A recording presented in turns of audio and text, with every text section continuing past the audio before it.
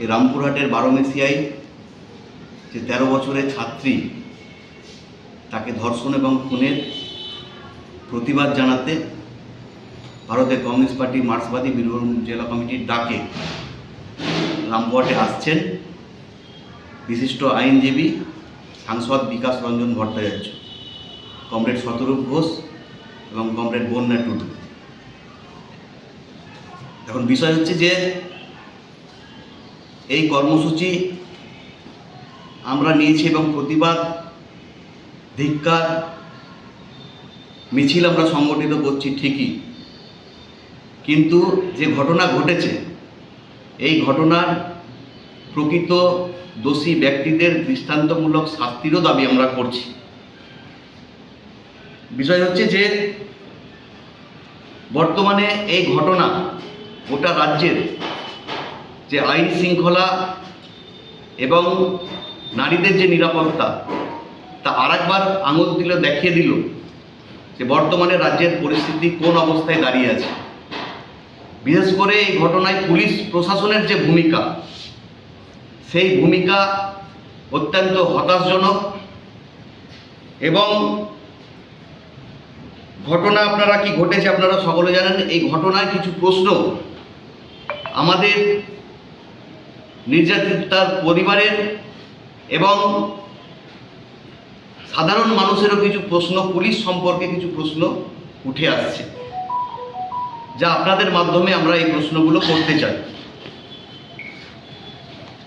যে আপনারা সকলেই জানেন যে ঘটনা 28শে আগস্ট থেকে আজ 25 তারিখ, 25শে সেপ্টেম্বর, প্রায় 28 দিন পার হয়ে গেল।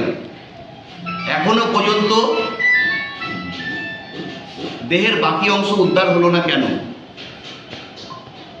দ্বিতীয় প্রশ্ন আমাদের, যে 28শে আগস্ট সকালে ছাত্রী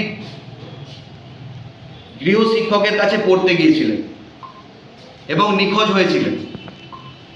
সন্ধ্যাবেলায় পরিবার থেকে রামপুরহাট থানায় অভিযোগ জানানো হয়। সম্ভবত 16ই সেপ্টেম্বর খণ্ড খণ্ড তার দেহ, বস্তাবন্দি দেহ উদ্ধার হয়। এই দেহ উদ্ধারে প্রায় 20 দিন সময় লেগে গেল কেন? তৃতীয় প্রশ্ন হচ্ছে, অভিযুক্ত ব্যক্তিকে 1 সেপ্টেম্বর আটক করে 4ই সেপ্টেম্বর ছেড়ে দেওয়া হলো কেন?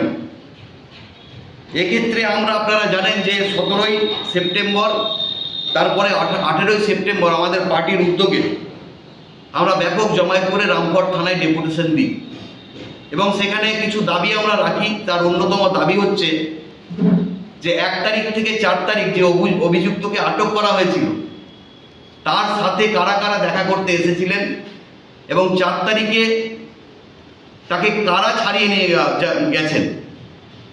পরিবার থেকে এরকম অভিযোগ আসছে যে এলাকার তৃণমূলের প্রভাবশালী নেতা, তারও নামও আসছে, তার সঙ্গে আরও 2-3 জন এই অভিযুক্ত ব্যক্তিকে ছাড়িয়ে নিয়ে গেছে। ফলে হচ্ছে যে আমরা আমাদের ডেপুটেশনের মধ্য দিয়ে আমরা 1 থেকে 4 তারিখ এবং ছাড়িয়ে নিয়ে যাওয়ার সময় থানার যে সিসিটিভি ফুটেজ, তা প্রকাশ্যে আনার দাবি আমরা রেখেছিলাম। আমরা তৃতীয় নাম্বার যে দাবি, অর্থাৎ হচ্ছে যে আমরা কি বিশ্বাস করি যে এরকম একটা ঘটনায় শুধুমাত্র একজনের হাত রয়েছে? এরকম একটা ঘটনা একজন করবে আমরা বিশ্বাস করি না।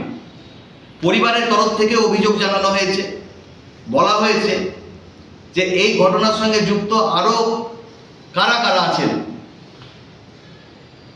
তাদেরকে তদন্ত সাপেক্ষে চিহ্নিত করে তাদেরকে গ্রেপ্তার করতে হবে। আর একটা বিষয় যেটা হচ্ছে সেটা, যে অভিযুক্ত ব্যক্তিকে 19শে সেপ্টেম্বর পুলিশ হেফাজতে নেওয়া হয়েছে। সম্ভবত 26 তারিখ আগামীকালই 9 দিনের পুলিশ হেফাজত শেষ হবে। তাহলে এই 9 দিনে পুলিশের তদন্ত কতটা অগ্রগতি হলো তা বুলেটিন আকারে সাংবাদিক সম্মেলন করে পুলিশ প্রশাসনের থেকে জানাতে হবে, যেমনটা 19 তারিখে এসপি জানিয়েছিলেন। সাংবাদিক সম্মেলন করেই ঘটনার ব্যাখ্যা তিনি জানিয়েছিলেন। আমরা দাবি করছি যে আগামীকাল আসামিকে কোর্টে তোলার আগে এই 9 দিনের কি তদন্তের অগ্রগতি হলো তা সাধারণ মানুষকে জানান। আমরা জানি যে রাজ্য সরকার এবং তার পুলিশ প্রশাসন অন্য ঘটনা, বিশেষ করে আরজি করের ঘটনার মতো এই ঘটনাকেও ধামাচাপা দিতে চাইছে। তা যদি হয় তাহলে এই বিচারের দাবিতে আন্দোলন এই এলাকা ছাড়িয়ে রাজ্যের সর্বত্র ছড়িয়ে পড়বে। শুধু আদিবাসী সংগঠন নয়, সমস্ত প্রতিবাদী মানুষজন আগামী দিনে রাস্তায় নামবেন।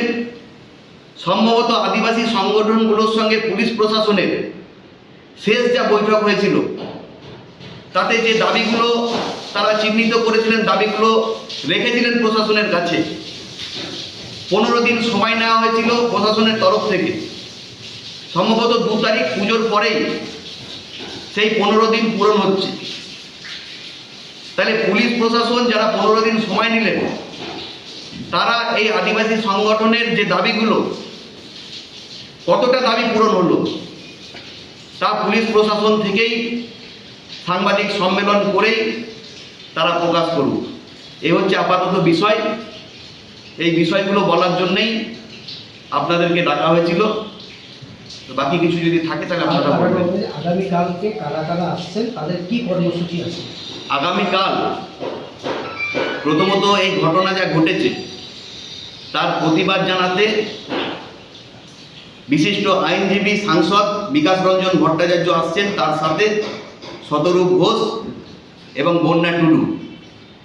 সকালে আমাদের কর্মসূচি আছে, সকাল 9টায় শ্রীফলা মোড় থেকে একটা র্যালি হবে। সেই র্যালি 5 মাথায় শেষ হবে, ওখানে সভা হবে। সভা শেষে যারা আসবেন তারা নির্যাতিতার বাড়িতে যাবেন এবং তারপরে এখানে এসে সাংবাদিক সম্মেলন করবেন। এই হচ্ছে আপাতত কর্মসূচি। সুন্দর।